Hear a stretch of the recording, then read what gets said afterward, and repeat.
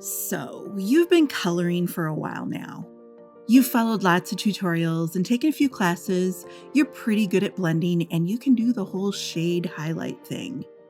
But you know you're missing something. You can color, you just can't color the way you want to. And at first, you thought it might be the markers. Like maybe you don't have the right colors. Or even worse, maybe markers are the wrong medium for realism. But then you see something like this, and this is definitely marker. So maybe it's you?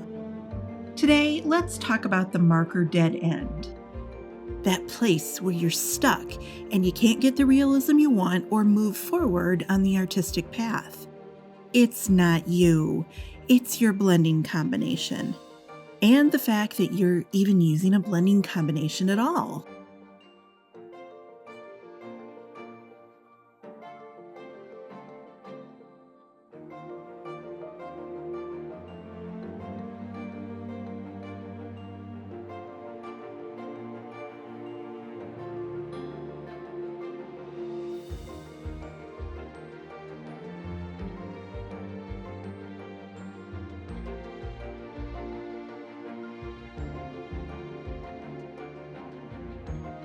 Uh-oh, I think I just touched the third rail of marker coloring. The first commandment of coloring is, thou shalt not disparage the blending combination. But blending combinations are not what you think. And I'll admit, I'm part of the problem. At this point, I've taught a ton of people how to color with markers, and we always use blending combinations. But here's the thing.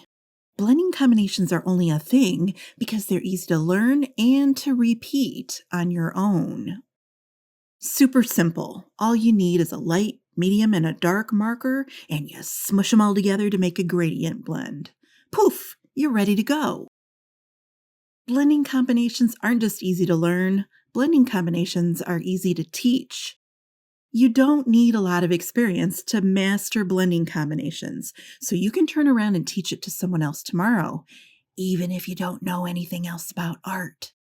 And the marker companies, they love blending combinations because without having to advertise, you have trained yourself all on your own to buy 3 markers instead of 1. But that feeling that you have right now, where you're months or years into this marker stuff, and you just know that if you had invested the same amount of time into maybe watercolor or pastel, you kind of know that you'd probably be painting with realism by this point. You're right. And I'm sorry, but it's because of the blending combinations.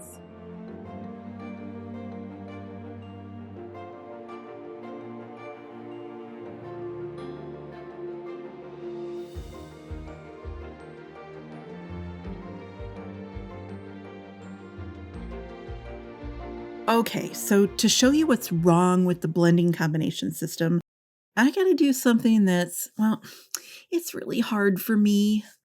And I'm gonna pretend like I don't have a little Rembrandt on my shoulder, telling me not to do what I'm about to do. I'm gonna try to use the basic blending system that almost everyone learns. So please, today's video is not the one that you should be slowing down and pausing and trying to color along with me. Because little Rembrandt knows that there are faster, easier, and better ways to color this cupcake. No, no, no. All right, so according to ye old blending combination rules, the way to color this cupcake with depth and dimension is to first decide which green you want the frosting to be. So let's look at the photo reference, the one that I originally used to draw the cupcake.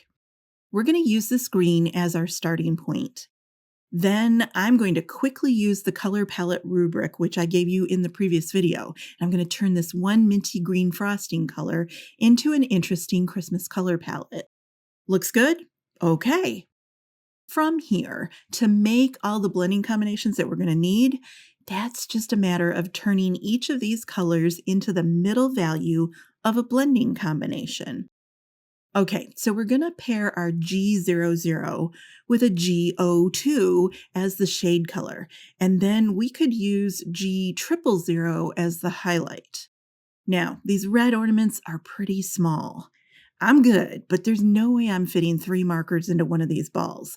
So I'm going to do the dark reds as R17 and R14. Then I will turn around and do the light red baubles with R14 and R12. So that's one red blending combination, but I'm breaking it up into a light version and a dark version. For my neutral, I'm doing a dark chocolate cake. So we've got E39 in the middle. We will do the highlights with E37. But because they don't make an E39.9, we've got to shop for a darker brown. I think I'm going to use E29 as the shade. For the gold, I will borrow the gold recipe from my last video. Gold is kind of hard to color with all yellow markers or nothing but YRs, and you're not going to find it in just the brown family either. We kind of have to jump around, and I did all that hard thinking last week, so we're just going to use it again here. E33, E31, and Y23. And there you go. We have fleshed out the color palette into a full project palette of blending combinations. And if the legends are true, this will be everything that we need to color the cupcake with the ultimate depth, dimension, and realism. What you think?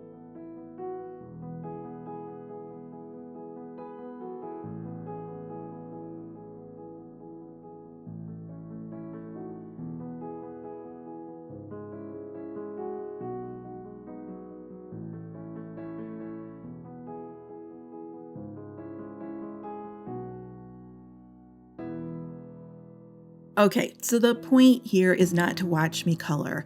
I'm not doing anything amazing here. I'm putting the darker marker where the shade should be. The darker green is going down into the little crevices where the color is darker or darkish.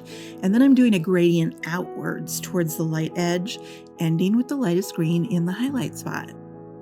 Now, I forgot and I got fancy with the gold stuff. So the star and the ornaments, well, I wanted them to look real. And by the time I got to the cupcake wrapper, I was having like way too much fun to go back to that regular old shading technique. I can't help it. I'm a sucker for coloring reflective materials. Anyway, I do go back to the old shading technique with the red ornaments. So these are colored very simply, the same method that I used on the green frosting. And then I'll do some pointillism on the chocolate cake. I'm sorry, again, my little Rembrandt just takes over. But folks, he's right. That cake is not smooth. So here's the finished marker project. Now, maybe this looks fine to some people, but it doesn't really look like an Amy project. We've got major issues going on with this green frosting.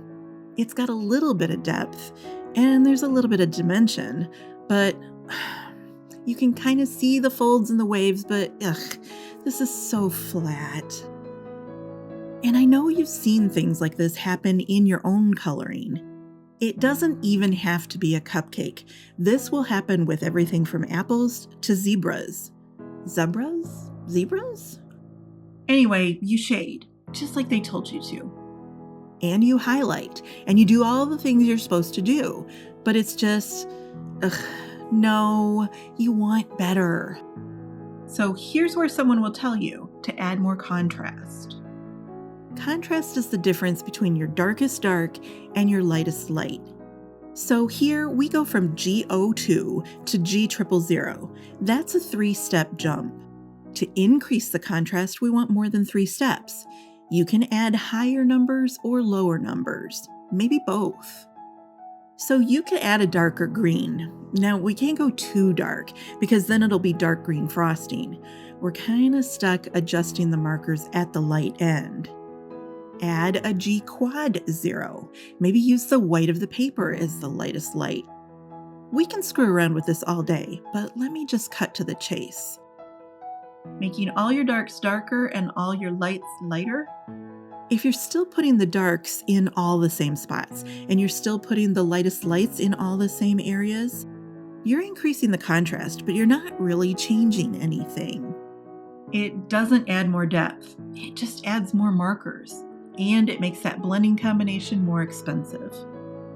The problem isn't what you think the problem is.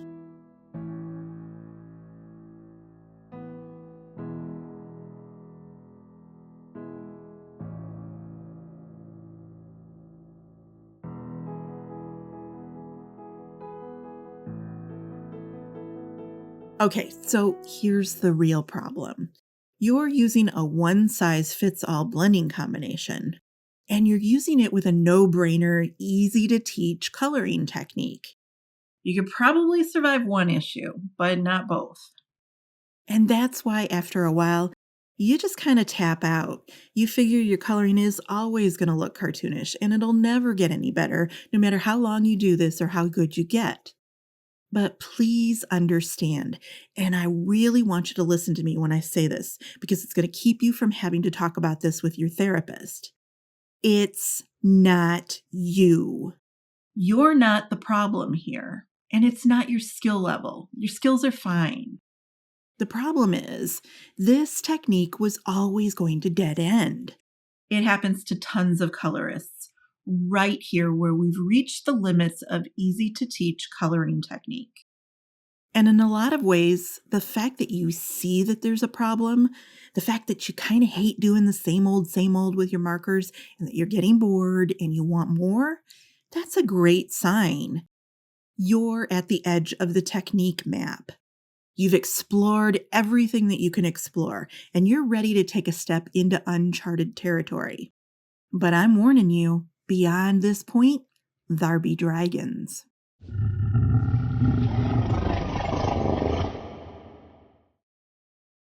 Okay, so before we head off to slay the dragons, let's be clear about why your blending combination failed and why they always fail. Understanding why blending combinations fall apart can become a compass or a guide as you move forward. Let's go back to my original photo reference, the one where we sampled that starting frosting color. Now, I'm not saying that our blending combination was wrong. I really do see these colors here, here, and here. But hang on a second, because there's more to this pile of frosting than just the folds and waves. See, as colorists, we get all excited about the folds and the frosting. We live to color this kind of stuff. Oh, it's going to be so much fun.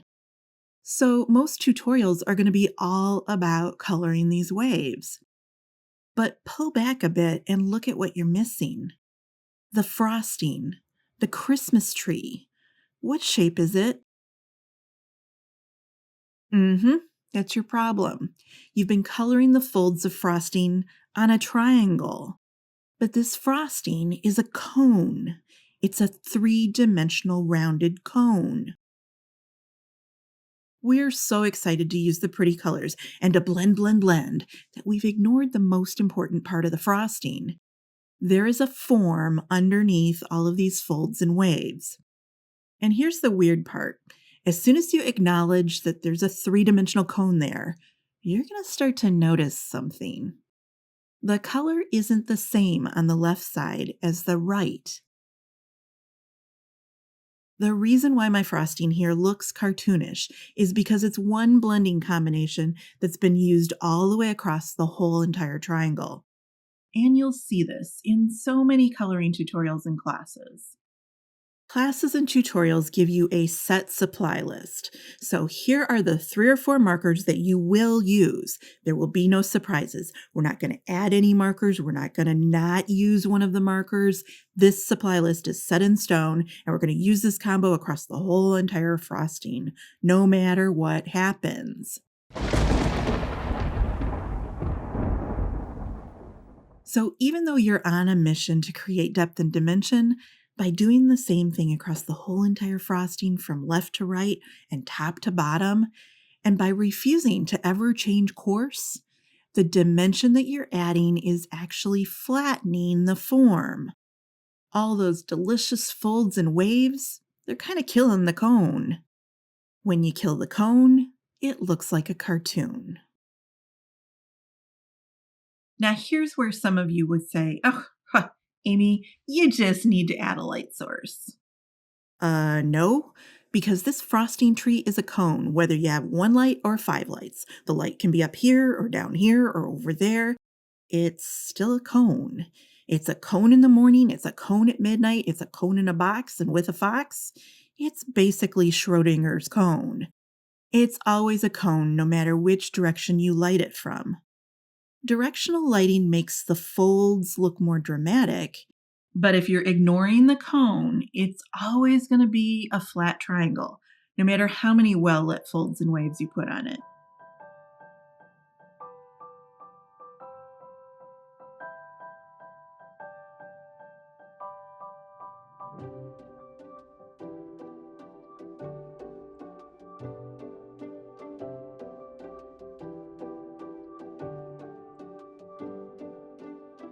So here's the part of the video where I spend twice the amount of time fixing my cone issues with colored pencil.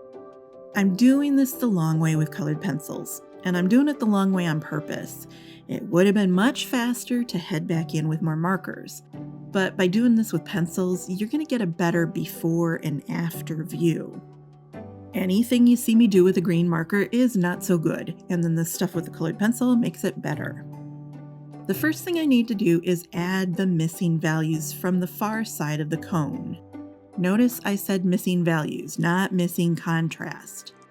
The colors on the darker side are deceiving, and this is why I cautioned you against simply upping the contrast with darker markers.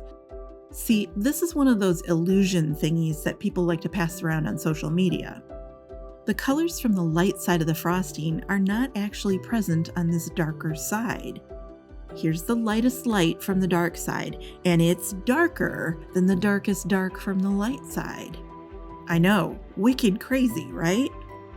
The colors over here aren't just darker though. They're also murkier and desaturated. There's something blackish or gray about them. And this is why the more contrast advice is so bad. It's a totally different blending combination over here. The contrast on the dark side is actually about the same as on the light side. So again, the contrast advice is just so wrong. And I don't think that this is a quirk of just this one green frosting reference. Time and time again, you will see complete blending combination shifts across objects. It's just something that happens with all three-dimensional objects. So anytime you're using the same blending combination on every petal of a flower, or the same three markers across a whole entire elephant, you're going to get the cartoon effect. And that's why I'm always really specific to separate the idea of depth and dimension from realism. Your coloring can be full of dimension and yet still look totally fake.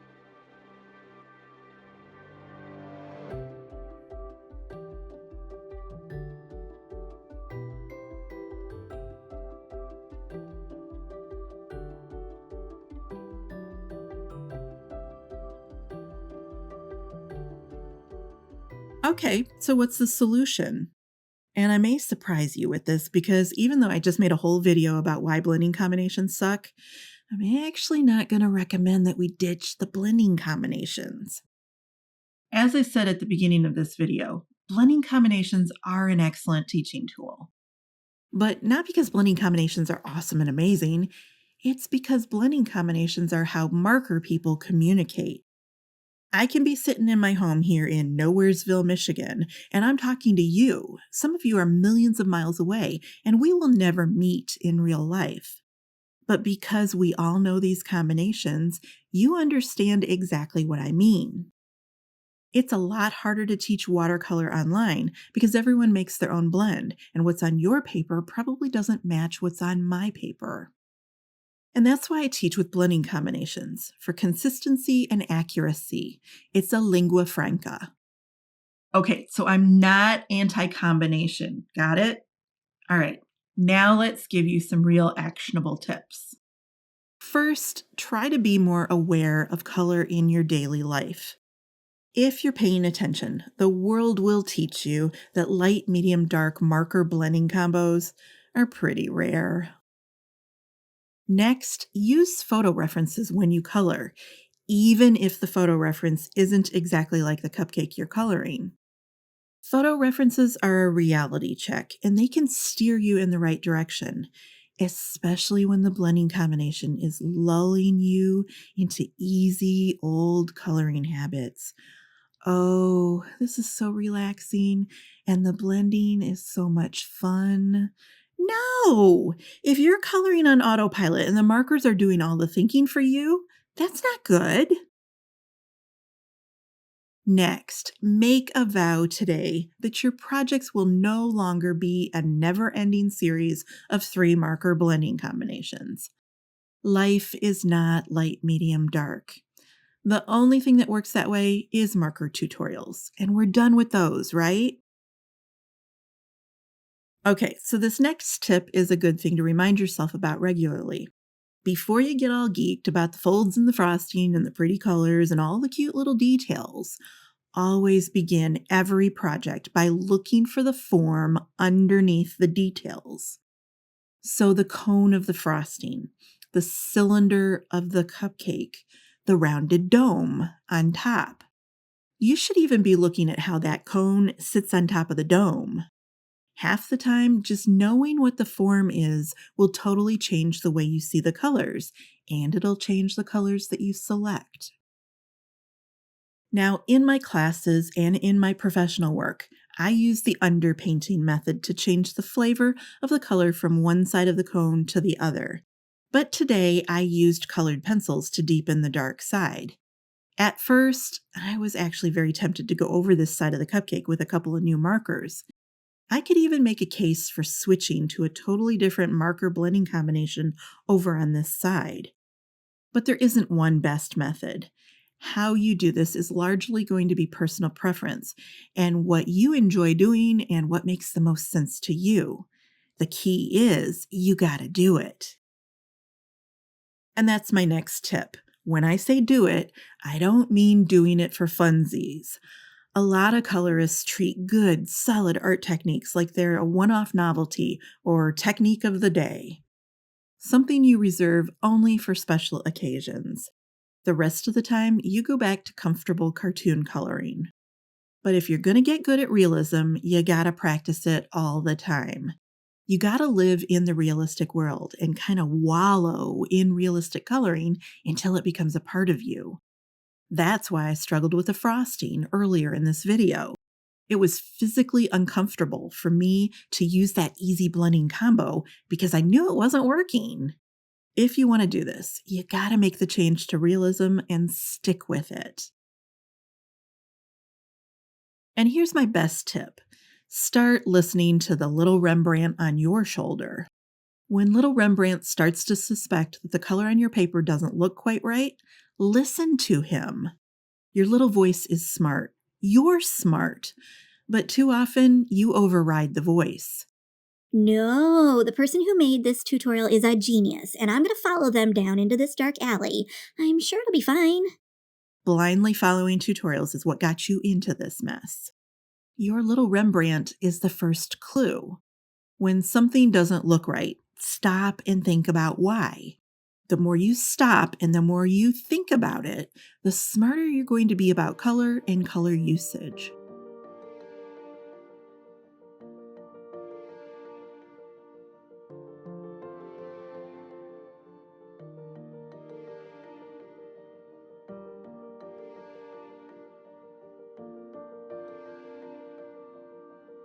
So this video showed you why 3-marker blending combos lead to dimensional yet flat coloring. And we talked about how to begin breaking away from an over-reliance on easy shortcut combos.